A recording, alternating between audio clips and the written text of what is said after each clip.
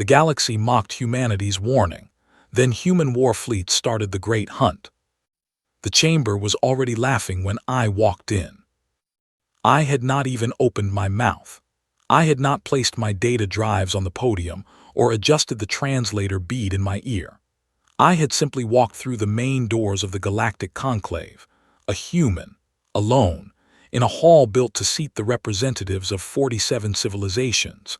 And somewhere in the upper gallery, something with 6 arms and a violet crest was already making a sound that every translator in the room rendered as amusement. My name is Elias Morn. At the time, I held the rank of commander in the United Nations Space Division, though my role that day was not military. I was a delegate. I had been chosen because I spoke 4 alien dialects without a machine, because I had spent 11 years in deep space survey work, and because I was, according to the council that appointed me, unlikely to lose my composure under pressure. They were right about that. What they did not tell me was that keeping your composure while an entire galaxy laughs at you is a specific kind of difficulty that no training can fully prepare you for. I set my drives on the podium. I looked out at the chamber. The conclave hall on orbital station Varath Prime was the largest enclosed space I had ever stood in. The ceiling was so high that the upper galleries disappeared into a pale artificial haze. The seating tiers curved around the central floor in wide arcs, species grouped by delegation, their varied shapes and sizes creating a pattern that, from the podium, looked almost beautiful. The Keth Dominion sat directly ahead of me, tall, gray-skinned, with eyes the color of old ice. The Vorani Collective filled an entire arc to my left, their translucent membrane bodies pulsing faintly with bioluminescent light. The Teshari occupied the highest tier, ancient and still, their long fingers folded in a gesture that I had learned meant patience, though on that day it looked more like boredom. I had prepared for 6 months. I had not slept properly in 3 weeks. I began. "Honored delegates," I said, and the room shifted, not quieter exactly, but attentive in the way a crowd goes attentive when they expect entertainment. Humanity has detected an anomaly at the outer edge of the galactic rim. We have designated it the shear. It is not a natural phenomenon. It is not a navigational hazard. It is active. It is expansive. And based on our analysis of 7 destroyed probe units and 14 years of void sensor data, it is consuming matter at a rate that, if continued, will reach the inner systems within 40 years. I pulled up the first display. The holographic projection rose above the podium, a map of the outer rim, marked with red zones where our probes had gone silent. The silence was not the kind caused by malfunction. The silence was the kind caused by there being nothing left to transmit. The Keth ambassador, whose name translated roughly as Elder Voice of the Second Dominion, leaned forward in his seat. He looked at the red zones. He looked at me. Then he said something that his translator rendered as, "Your instruments are young." Laughter not from everyone, but enough. I held my position. Our instruments recorded the complete erasure of 3 planetary bodies in the Kessler Void sector. We have the footage. I would like to show it. "Please do," said the Vorani representative, and there was something in her modulated voice that told me she had already decided what she was going to think of it. I showed it. 47 seconds of footage from Probe Unit Delta 9, capturing a moon the size of Earth's own solid rock, measurable mass, gravitational signature, and then nothing. Not explosion. Not fragmentation. The moon was simply removed from existence in the space of 12 seconds, like a word erased from a page. The chamber was quiet for exactly 4 seconds after the footage ended. Then the Teshari elder on the upper tier spoke, and his voice was slow and measured, and carried the particular weight of someone who has been alive for 3,000 years and has seen many young species make many frightened presentations. "Commander Morn," he said, "humanity has been a spacefaring civilization for 112 years. We have been navigating the void for 5 millennia. What you are showing us is sensor distortion. We have cataloged 49 similar events over the course of our history. They are not threats. They are the galaxy breathing. More sounds of agreement from the upper tiers. The Keth ambassador made an open palm gesture that translated as settled matter. I did not raise my voice.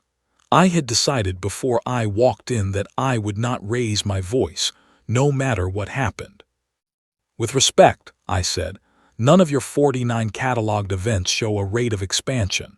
The shear is moving. It has moved 11 light years toward the inner rim in 14 years. That trajectory, if maintained, places the Vorani outer colonies in its path within 18 years. I am asking for a joint survey mission. I am asking for 12 vessels, 6 months, and an open data agreement. The Vorani representative tilted her membrane body in a way that expressed something between sympathy and dismissal. Commander, we appreciate humanity's enthusiasm for galactic safety. It speaks well of your species' intentions. But 12 vessels and 6 months of conclave resources cannot be committed to investigating sensor distortions from probes that have been operational for fewer than 20 years. I looked at her. I looked at the Keth ambassador, who was now speaking quietly to his aide and had clearly stopped listening. I looked at the Teshari elder, who had folded his fingers back into the patient's gesture and was looking at the ceiling. I picked up my data drives. Then I have one final request, I said. I would like the record to show that humanity presented this evidence on this date, that we requested a joint investigation, and that the request was denied. The conclave secretary confirmed it. The record would show it. I walked out of the chamber. Behind me, as the doors were still closing, I heard the laughter start again, cleaner this time, more relaxed, the laughter of people who had just resolved something comfortably. I stood in the corridor outside, and I opened my secure comm channel. My hand was completely steady. "This is Commander Morn to Earth Command," I said. "The conclave has declined. Begin Protocol Ember. Full authorization, immediate effect." There was a pause on the other end. Then a voice I trusted completely, Lieutenant Colonel Kara Whitfield, my direct contact at Earth Command, said, "Understood, Commander. Protocol Ember is active." I closed the channel. I stood in the corridor for a moment longer, listening to the muffled sounds of the conclave returning to its regular business. 47 civilizations, most of them older than human writing, all of them certain they knew the shape of the universe.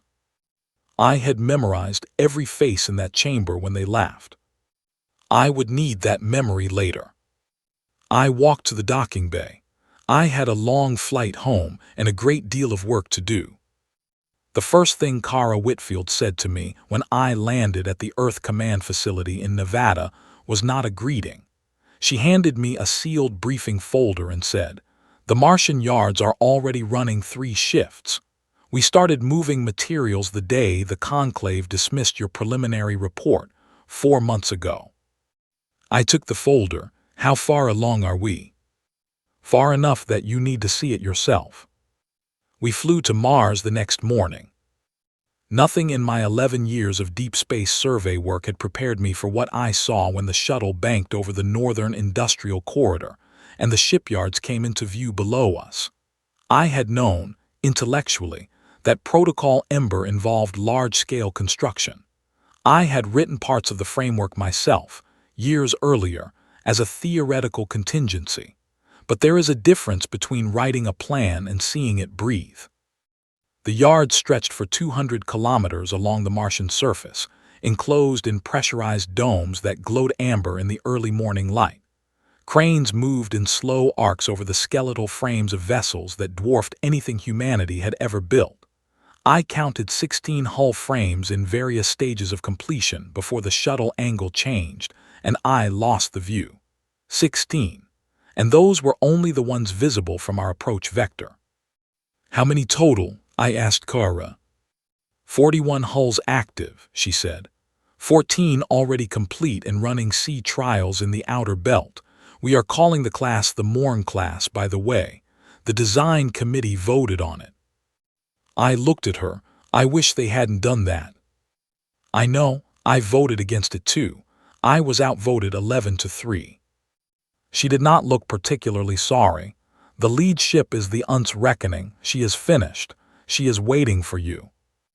The shuttle landed inside Dome 7, the largest of the construction enclosures, and I stepped out onto a gantry that overlooked the Reckoning's upper hull. Even from above, she was enormous, a deep space carrier class, built not for transport or exploration, but for sustained offensive operations across interstellar distances. Her lines were long and angular, without the aesthetic softening that civilian vessels carried. She looked like something that had been designed by people who were no longer interested in being polite about what they were building. Which was accurate. I walked her from bow to stern that afternoon, with Kara at my side and chief engineer, Nolan Price 3 steps behind us, explaining systems in the rapid, compressed way that engineers explain things when they are proud of their work and impatient to show all of it at once. Nolan was 43, red-haired, quiet in social situations, but completely transformed in the presence of machinery. He had designed 3 of the Reckoning's core systems personally, and had not taken a full day off in 18 months. The primary weapon arrays, he said, as we passed through the forward gunnery corridor, are calibrated to the shear's energy signature based on your probe data. We ran 40,000 simulations. Conventional kinetic and energy weapons pass through the shear's outer field without transferring force.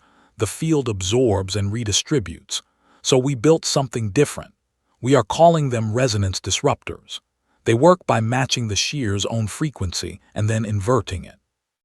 In simple terms, we are using the shear's language to tell it to come apart. You tested this, I said. On a scaled model of the field, yes, it works. We are confident it will scale. Confident, I repeated.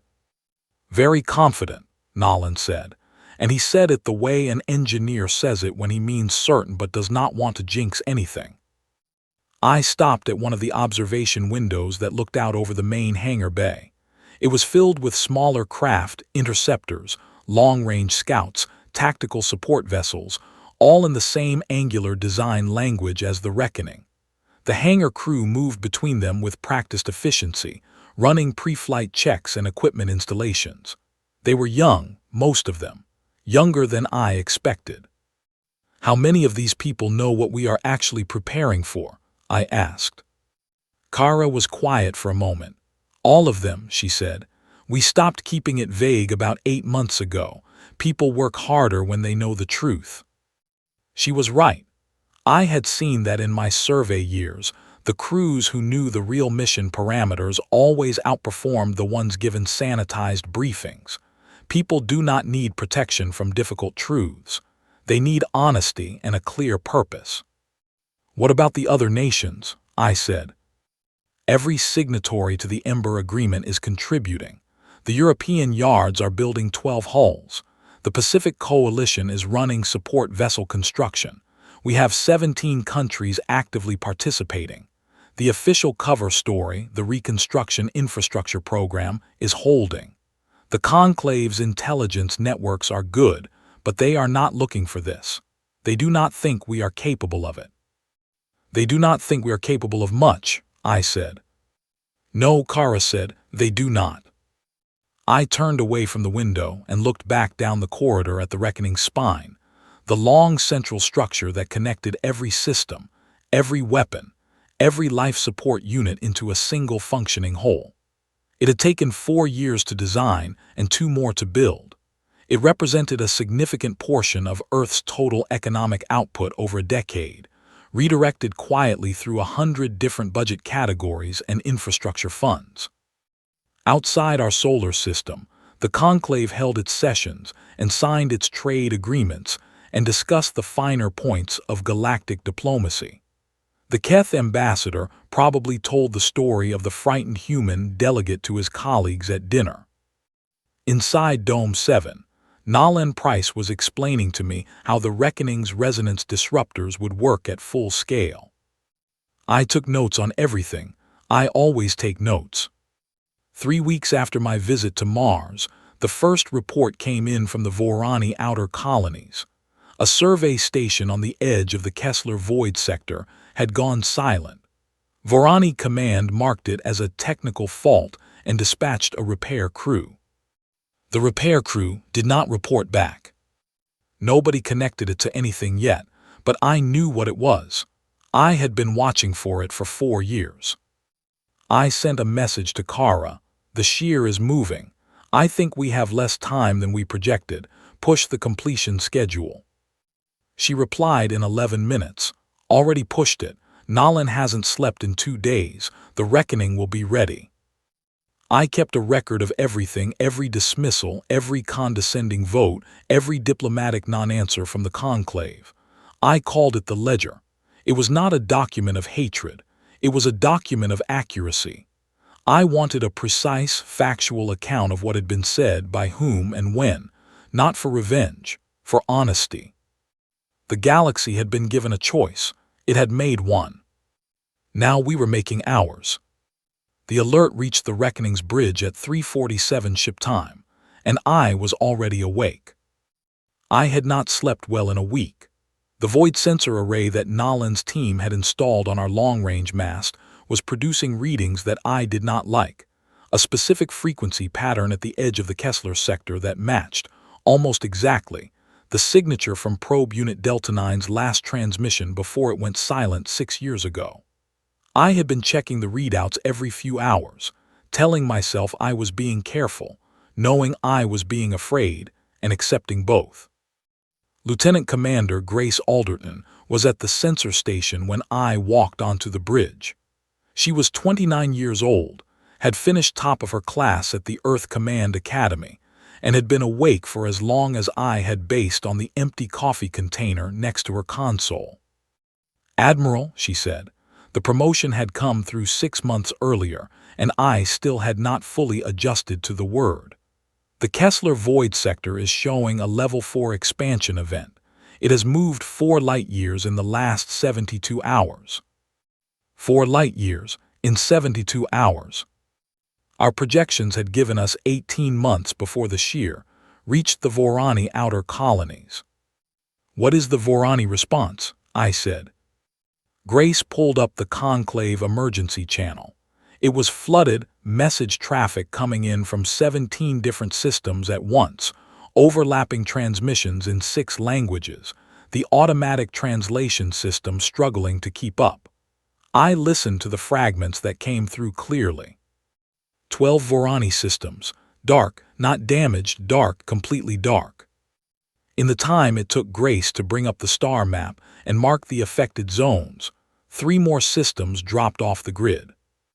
"Admiral," said Ensign Ben Hartley from the communications station, young, barely 22, his voice controlled in the way that very young officers hold themselves controlled when something large is happening.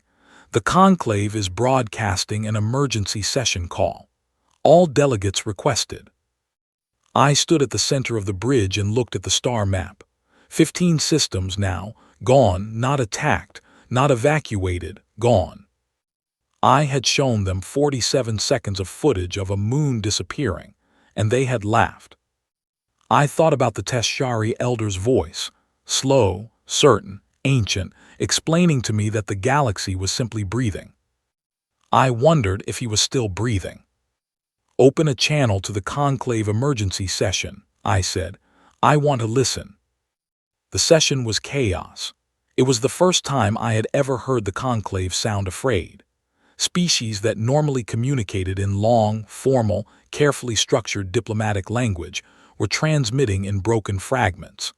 The Keth ambassador, the same one who had told me our instruments were young, was demanding a military response, but could not explain what kind of military response was appropriate for an enemy that conventional weapons passed through without effect.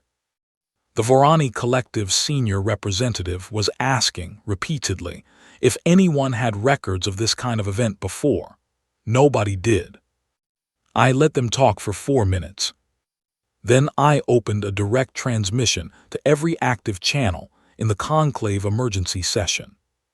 "This is Admiral Elias Morn of the United Nations Space Division, commanding the Unt's Reckoning and the First Human War Fleet, I said. We have been tracking the shear for 14 years. We have developed weapons calibrated to its energy signature. We are already in position at the Kessler Void sector boundary. We are requesting clearance to engage. The conclave channel went very quiet. Then the Teshari elder's voice came through, slower than I remembered, and carrying something I had not heard in it before. Admiral Morn, you are already there. Yes, I said. A pause. How long have you been there? 3 days, I said. We anticipated the expansion timeline. Another pause, longer. Clearance granted, the Teshari elder said, and then quieter. We did not know you had vessels of this capability. No, I said, you did not. I closed the channel and turned to Grace. Bring the fleet to full readiness. All resonance arrays online. I want targeting solutions on the shear's leading edge within 10 minutes. Yes, Admiral, Grace was already moving. Nalen Price's voice came through the engineering channel. Reckoning systems are green across the board. Resonance disruptors are warmed and calibrated. You have everything we built, Admiral. I looked at the star map one more time. The shear was visible now even on short-range displays, a dark space where stars should have been, expanding with quiet, terrible patience. The conclave channel was still open. I could hear 47 civilizations waiting. Some of them were the same voices that had laughed 4 years ago in that chamber on Varith Prime. I did not feel satisfaction. I felt focus. All ships, I said, opening the fleet-wide channel. This is Admiral Morn. We trained for this. We built for this. We have been ready for this since the day the galaxy told us we were wrong to worry. Let us show them what humanity does when nobody is watching. A brief pause across the fleet channel. Then from every ship in the simple way that people respond when they are ready. Ready, Admiral. Engage, I said. The Reckoning's forward arrays fired first. The resonance disruptors produced no visible light. They operated in a frequency range that human eyes could not see, but the effect on the shear was immediate and visible to every sensor on every ship in the fleet. The shear's leading edge shuddered. It contracted by a measurable amount, the first time in recorded history that the shear had moved backward rather than forward. On the conclave channel, someone said something in Teshari that the translator rendered as, "It is working." Yes, I thought, it is. We had a long fight ahead. We had not won yet. But in that moment, something shifted, not just in the battle, but in the shape of things. The shear had expanded for years without meeting resistance. It had consumed and erased and moved forward because nothing in its path had ever been built to stop it. We had been built to stop it. Grace's voice came through clearly. Shear is showing structural stress fractures along the leading edge. Resonance disruption is holding. The shear is not advancing. Keep pressure on, I said. Steady and forward, we do not give it room. Outside the bridge windows, the stars were still there, every one of them. We intended to keep it that way. The shear ran. I want to be precise about that because it matters. There was a moment. It came on the 19th day of the engagement, at a point in the Kessler Void sector where the shear's core density was highest and our fleet was fully committed, when the shear stopped expanding. And then, for the first time in any recorded history from any species, it reversed direction and moved away from us. It ran. I was standing at the tactical display when Grace Alderton reported the shift. She said it quietly, the way people say things they want to make sure they have correctly understood before they say them loudly. Admiral, the shear's core signature is retreating, bearing 274, moving away from the fleet at increasing speed. I looked at the display for 3 full seconds. Follow it, I said. That was how the great hunt began. Not with a dramatic declaration, not with a speech or a ceremony. Just 2 words from a tired admiral standing at a tactical display in the early hours of the morning, looking at a retreating darkness and knowing, with the certainty of someone who has been preparing for exactly this moment for a very long time, that we were not finished. We were going after it. The hunt lasted 6 months and 11 days. I will not pretend it was clean. I will not tell you it felt like victory every day, because it did not. I will tell you what it actually was: the most sustained, costly, exhausting, and necessary thing humanity had ever done. Nolan Price ran the engineering teams around the clock. The resonance disruptors required constant recalibration as the shear adapted, not intelligently, exactly, but instinctively, the way a living thing adapts to pain. Every time we found a frequency that worked, the shear would shift its own energy signature slightly, and Nolan's teams would have to adjust. The work was relentless and precise, and Nolan did it without complaint, sleeping 4 hours at a stretch when he could, eating at his console, his red hair increasingly disheveled and his eyes increasingly focused. He was remarkable. I told him so once. He waved his hand in the dismissive way that people wave when they are embarrassed by sincerity and said, "The math is the interesting part. The shear is actually a fascinating problem." Then he went back to his console. Lieutenant Commander Grace Alderton was my right hand throughout the hunt. She processed sensor data faster than anyone I had worked with, translated complex readings into tactical pictures in real time, and caught 3 navigation errors that would have cost us significant ground. She was also the first person to notice, on day 31, that the shear was not moving randomly. It was moving toward the intergalactic void, the empty space between galaxies where there was nothing to consume and nowhere to go. "It is trying to escape," she said, when she showed me the trajectory analysis. "Then we do not let it reach open void," I said. "If it gets into clear space between galaxies, we lose the density advantage. We need to corner it before then. That means pushing faster than our current pursuit rate. We will be running our drive systems harder than the recommended tolerance." "How much harder?" Grace looked at me evenly. "Nolan says the drives can take it. He says probably." "Probably," I repeated. "He also said he would be monitoring every system personally, and would tell us immediately if anything was about to fail." I thought about it for exactly 4 seconds. Tell Nolan to push the drives, and tell him I said thank you in advance. Grace almost smiled. "He will hate that." "I know." The drive push worked. We gained 3 light-years on the shear's retreat over the following 10 days, closing the distance between the fleet's forward elements and the shear's core. The Conclave's observer vessels, the ones that had been following the hunt at a cautious distance since the 3rd week, struggled to keep up. They were not built for this pace. Nothing in the galaxy had been built for this pace except us. The observers transmitted regular reports back to the Conclave. I did not read most of them, but Kara Whitfield, who had taken up a coordination role at Earth Command and monitored every incoming channel, forwarded me selected excerpts. The Teshari Elder had reportedly told the Conclave session that watching the human fleet pursue the shear was, in his words, unlike anything in 5,000 years of recorded history. The Vorani Collective had begun formally requesting a military cooperation treaty with humanity. The Keth Dominion had gone very quiet. On day 47, the hunt became personal. We lost the Unce Constancy, one of our escort destroyers, a crew of 212, when the shear produced a counterpulse that none of our sensor readings had predicted.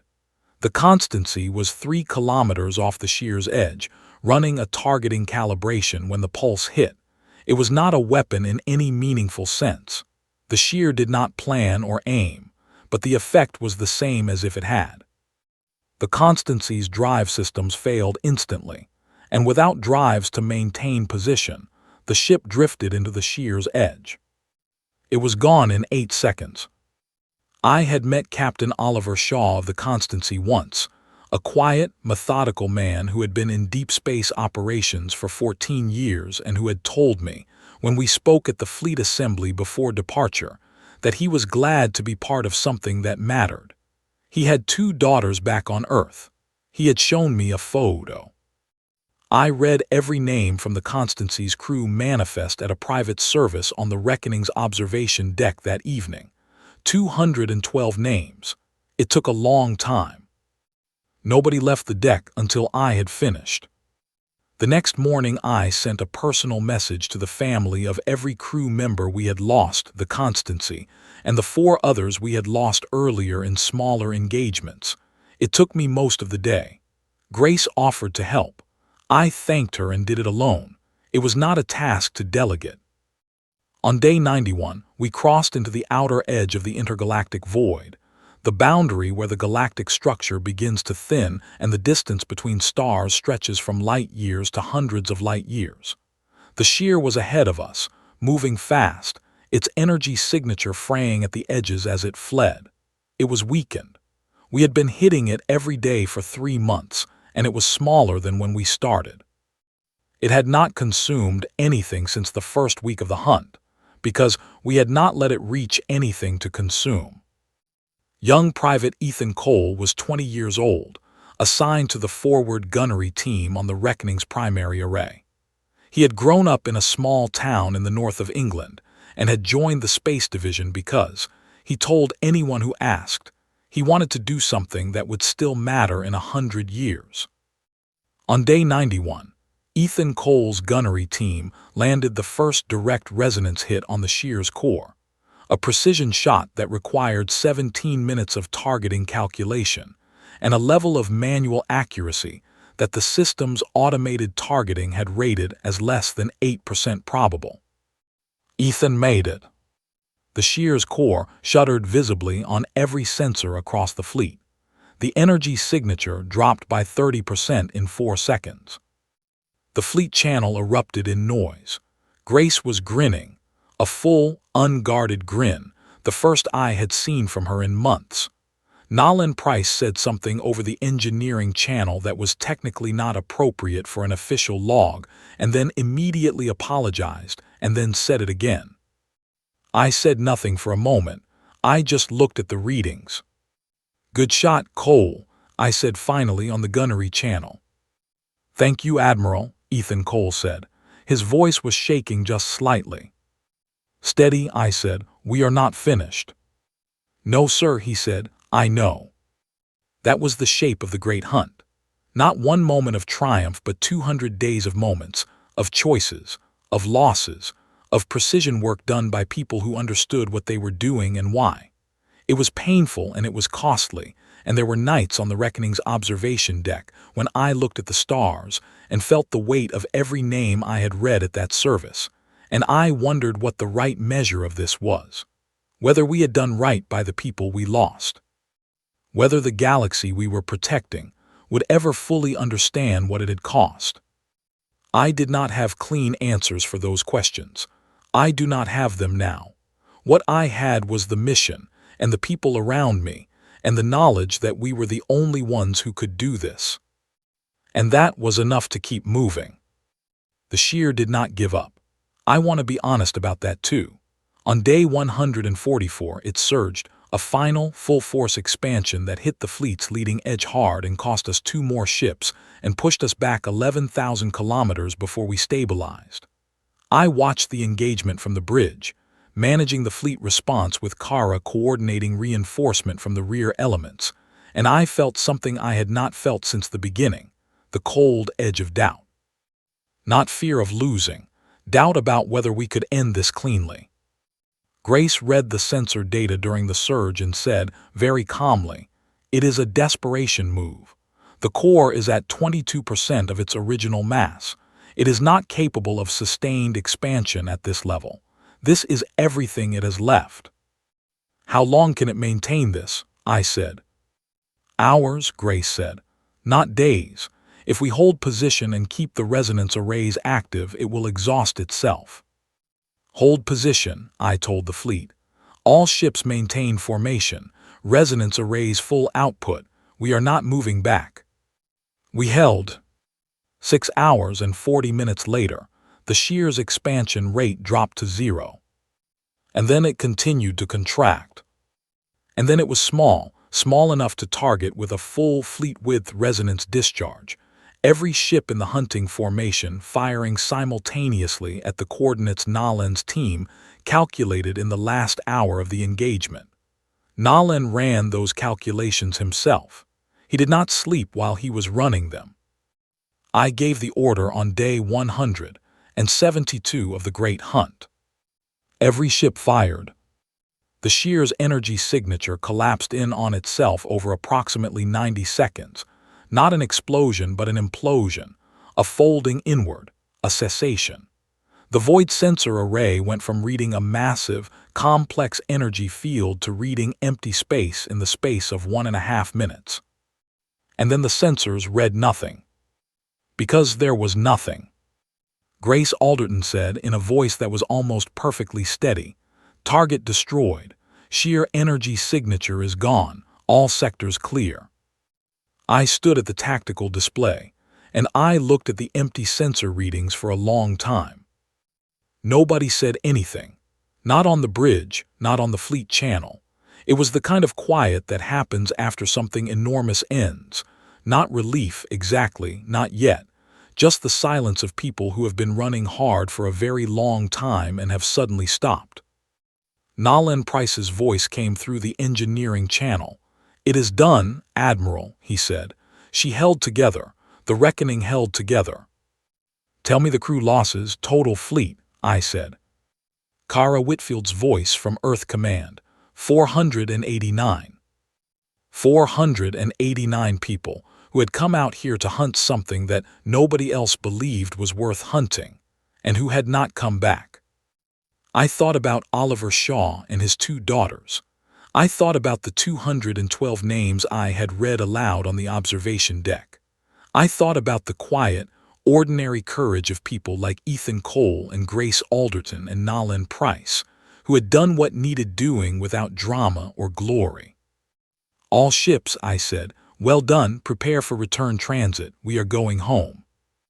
The fleet channel came alive again, not with noise, but with the steady, quiet sounds of people beginning the work of coming home.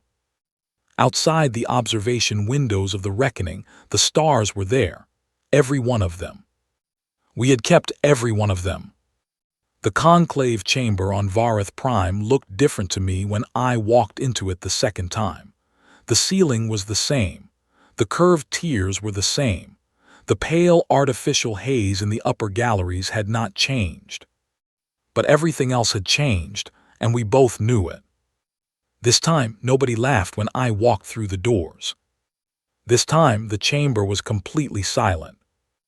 I walked to the podium, the same podium where I had stood 4 years earlier with my data drives and my 6 months of careful preparation and my request for 12 vessels and an open data agreement. I set down my notes. I looked out at the chamber. Every seat was filled. The Keth Dominion, the Vorani Collective, the Teshari, and 44 other species, all present, all watching. The Teshari elder was in the same position he had been in 4 years ago, long fingers folded, perfectly still, but his expression was different. I had learned enough Teshari body language to know that the position of his upper hands meant something close to respect, or possibly the Teshari equivalent of shame, and I was not sure which, and I did not particularly need to determine it at that moment. The conclave's formal session record showed that 22 of the 47 species present had requested to offer formal statements of apology before I began. I had declined all of them, not from bitterness. I declined because we had work to do and apologies were not the work.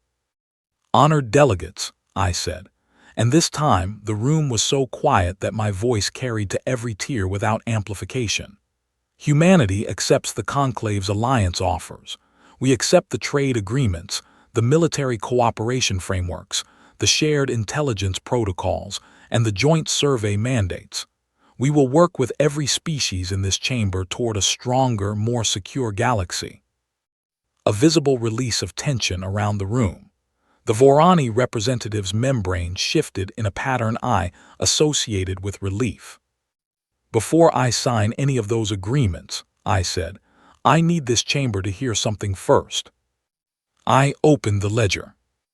Not the physical document, I read from memory, because I had read it so many times that every entry was part of me.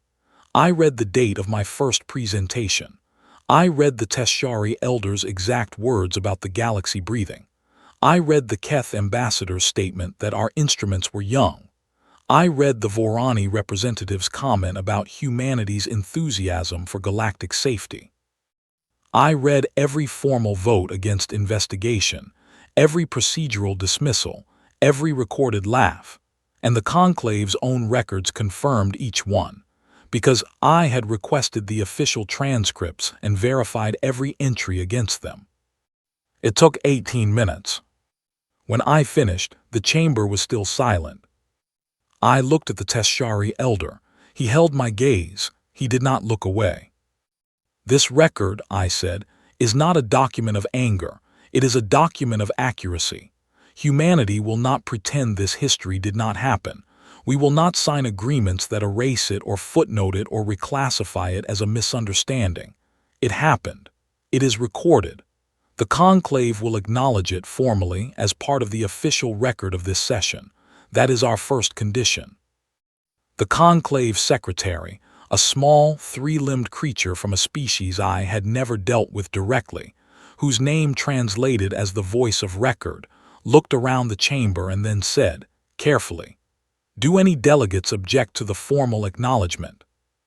Silence. "The record will reflect the acknowledgement," the secretary said. I moved to the second condition. Humanity will not maintain a unilateral war fleet, I said. The Morn-class vessels will be offered as the core of a joint galactic defense force, commanded jointly, with crews drawn from willing species across the conclave. We are not building an empire. We are offering a partnership. But the partnership must be equal, not managed, not supervised, not condescended to. Equal. The Keth ambassador raised his hand. It was the formal gesture requesting permission to speak. I gave it. "Commander Admiral Morn," he said, and his translator rendered his voice without any of the tonal confidence it had carried 4 years ago. "Humanity has demonstrated a capability that none of us anticipated, a willingness to act, to build, to pursue that we did not account for. I would like to ask, if you had been given the joint investigation you requested 4 years ago, would the outcome have been different?" I looked at him for a moment.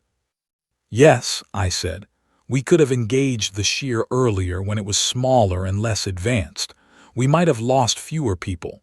We would certainly have had more time to prepare. A different outcome was possible.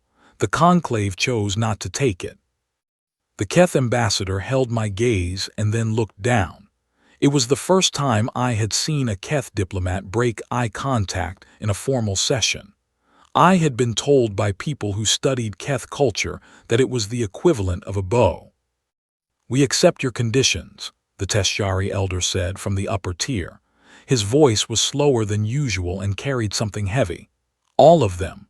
We accept the acknowledgement of record. We accept the equal partnership framework. We accept that we made an error that cost lives, including your own people's lives, and that this is not a small thing." "No," I said, "it is not." I signed the first agreement at 1400 hours station time. The Vorani representative was the first to approach and countersign. She did it quickly, with her membrane pulsing in a light pattern that, according to my cultural briefing materials, indicated sincerity.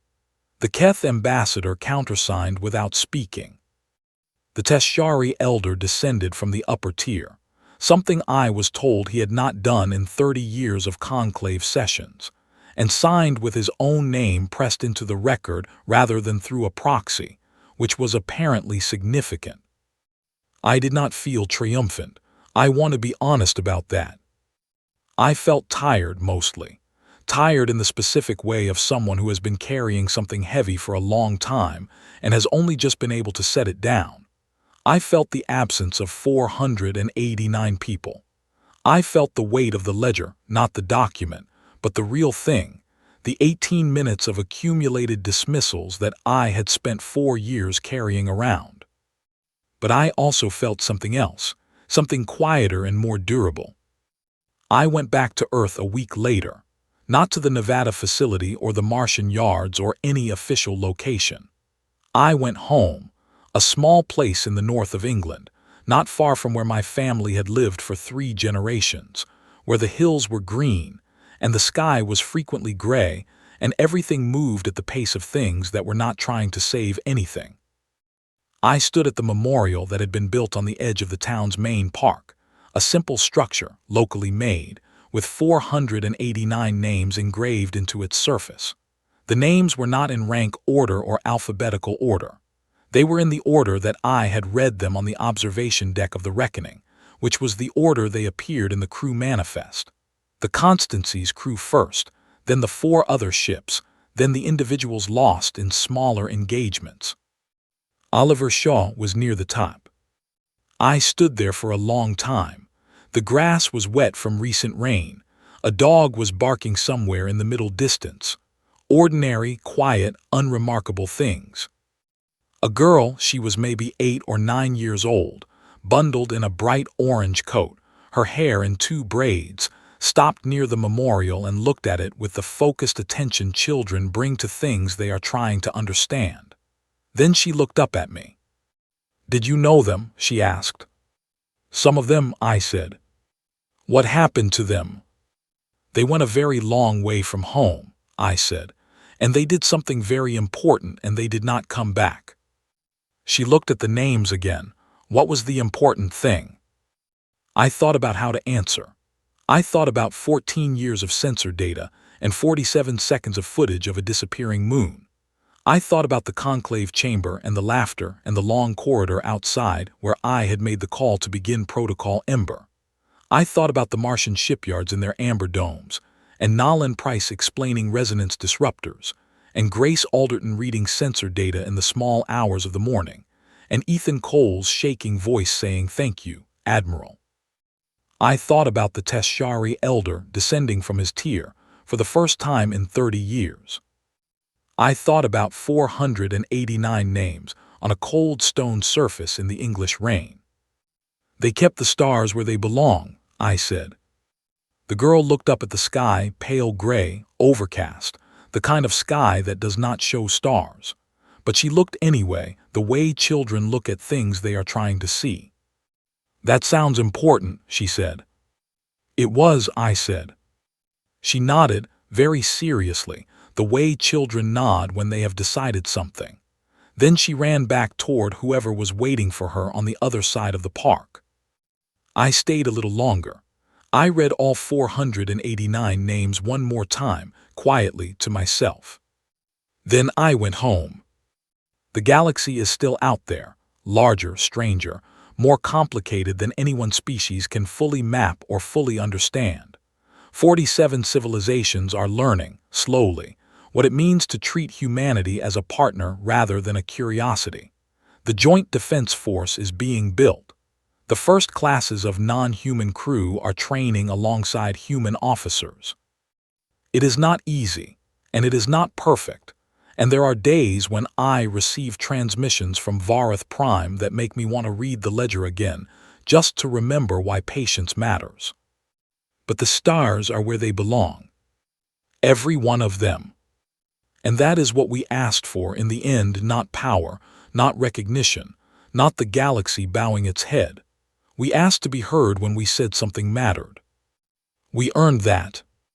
It cost more than it should have. And we will not forget.